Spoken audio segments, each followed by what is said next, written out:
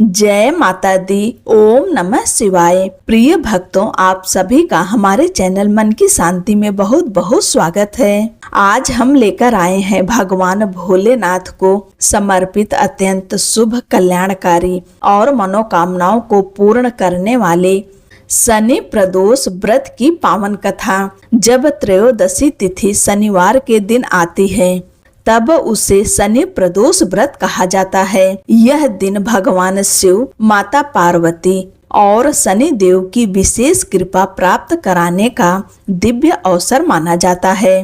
धार्मिक मान्यताओं के अनुसार जो भक्त श्रद्धा, भक्ति और विधि विधान के साथ शनि प्रदोष व्रत का पालन करते हैं तथा प्रदोष काल में भगवान शिव की आराधना करते हैं, उनके जीवन के समस्त कष्ट, रोग, दरिद्रता, शनि दोष, पितृदोष और ग्रह बाधाएं दूर होने लगती है। भगवान भोलेनाथ की कृपा से घर परिवार में सुख, शांति, समृद्धि और सौभाग्य का वास होता है। अब आप सब भगवान भोलेनाथ, माता पार्वती और शनिदेव महाराज का ध्यान करते हुए इस कथा को सुने।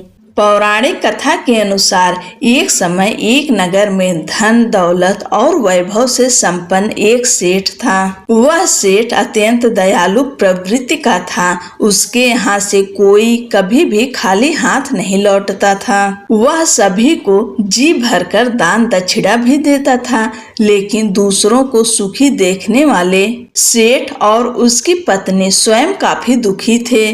दुख का कारण था कि उनकी संतान का ना होना। एक दिन उन्होंने तीर्थ यात्रा पर जाने का निश्चय किया और अपने कामकाज सेवकों को सौंपकर घर से निकल पड़े। जैसे ही वे अपने नगर के बाहर निकलते तो उन्हें एक विशाल वृक्ष के नीचे समाधि लगाए एक तेजस्वी साधु दिखाई पड़ गए। दोनों ने सोचा कि साधु महाराज से आशीर्वाद लेकर आगे की यात्रा शुरू की जाए। पति पत्नी दोनों समाधि लगाए हुए साधु के सामने हाथ जोड़कर बैठ गए और उनकी समाधि टूटने की प्रतीक्षा करने लगे। सुबह से शाम और फिर रात हो गई, लेकिन साधु की समाधि नहीं टूटी। मगर सेठ पति पत्नी धैर्य पूर्वक हाथ जोड़े वहीं बैठे ही रहे।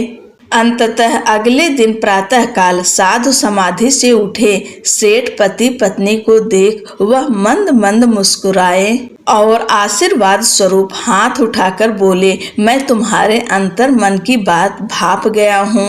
वत्स, मैं तुम्हारे धैर्य और भक्ति भाव से अत्यंत प्रसन्न हूँ। इसके बाद साधु ने सेठ दंपत्ति को संतान प्राप्ति हेतु शनि प्रदोष व्रत करने की पूरी विधि विस्तार से बतलाई। तब तीर्थ यात्रा के उपरांत जब दोनों घर वापस लौटे तो नियम पूर्वक शनि प्रदोष व्रत करने लगे। कालांतर में सेठ की पत्नी ने एक सुंदर पुत्र को जन्म दिया। शनि प्रदोष व्रत के प्रभाव से उनके यहाँ छाया अंधकार लुप्त हो गया और वे दोनों आनंद से रहने लगे। यदि आप भगवान शिव की कृपा प्राप्त करना चाहते हैं तो शनि प्रदोष व्रत के दिन पूजा के दौरान व्रत कथा का पाठ जरूर करें। मान्यता है कि ऐसा करने से भगवान शिव प्रसन्न होते हैं और जीवन में खुशियों का आगमन होता है। शनि प्रदोष व्रत के माध्यम से भक्त अपने पूर्व जन्मों के पापों का प्रायश्चित कर सकते हैं और अपने वर्तमान जीवन में सुख समृद्धि भी प्राप्त कर सकते हैं। यह व्रत उन लोगों के लिए विशेष रूप से फलदायी है जो अपनी इच्छाओं की पूर्ति चाहते हैं। माना जाता है कि इस दिन शिव और शनि की आराधना से हर प्रकार की मनोकामना पूर्ण होती है। ज्योतिष में शनि को जीवन में सुख दुख का कारक माना गया है। इस व्रत के द्वारा शनि के अशुभ प्रभाव को कम किया जा सकता है और आने वाली हर बाधा दूर हो सकती है। बोलो शंकर भगवान की जय, शनि देव महाराज की जय। आप सभी को शनि प्रदोष व्रत की ढेर सारी शुभकामनाएं। गर्गाचार्य जी ने कहा, हे महामते, आपने शिव शंकर प्रसन्नता हेतु समस्त प्रदोष व्रतों का वर्णन किया है। अब हम शनि प्रदोष विधि सुनने की इच्छा रखते हैं, सो कृपा करके सुनाइए।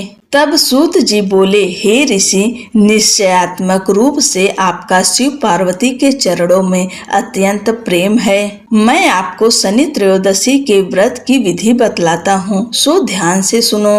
पुरातन कथा है कि एक निर्धन ब्राह्मण की स्त्री दरिद्रता से दुखी हो शांडिल्य ऋषि के पास जाकर बोली, हे महामुने, मैं अत्यंत दुखी हूँ, दुख निवारण का उपाय बतलाइए। मेरे दोनों पुत्र आपकी शरण में हैं। मेरे ज्येष्ठ पुत्र का नाम धर्म है, जो कि राजपुत्र है, और लघु पुत्र का नाम शुचिव्रत है। अतः हम दरिद्री हैं, आप ही हमारा उद्धार कर सकते हैं। इतनी बात सुन ऋषि ने शिव प्रदोष व्रत करने के लिए कहा।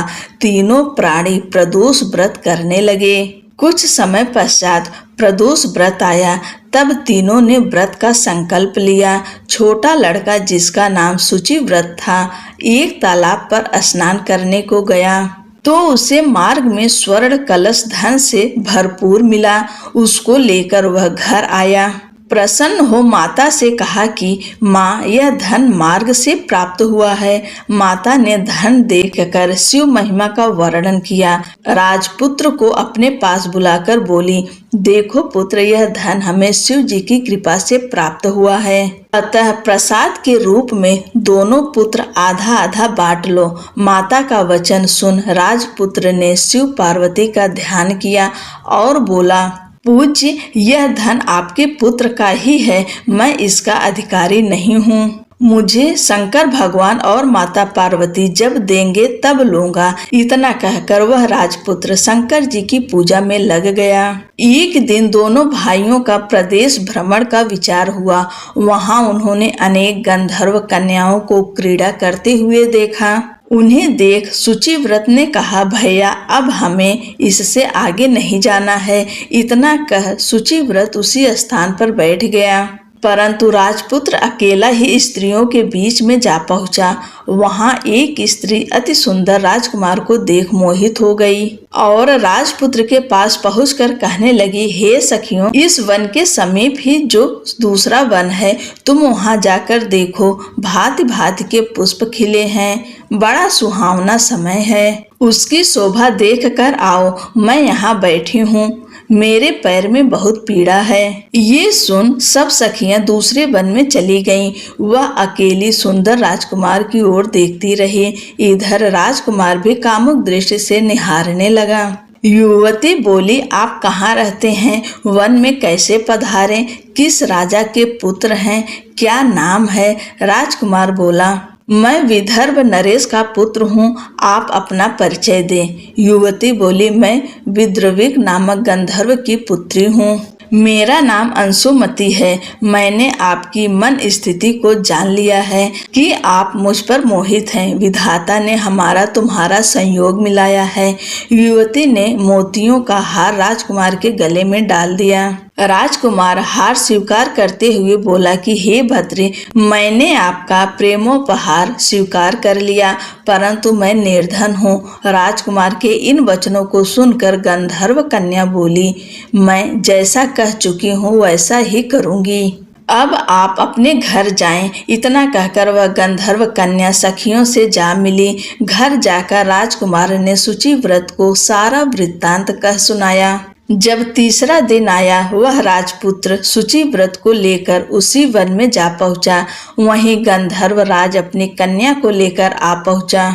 इन दोनों राजकुमारों को देख आसन दे कहा कि मैं कैलाश पर गया था। वहां शंकर जी ने मुझसे कहा कि धर्मगुप्त नाम का राजपुत्र है, जो इस समय राज्य विहीन निर्धन है, मेरा परम भक्त है। हे गंधर्व राज, तुम उसकी सहायता करो। मैं महादेव जी की आज्ञा से इस कन्या को आपके पास लाया हूँ। आप इसका निर्वाह करें। मैं आपकी सहायता कर आपको राजगद्दी पर बिठा दूंगा।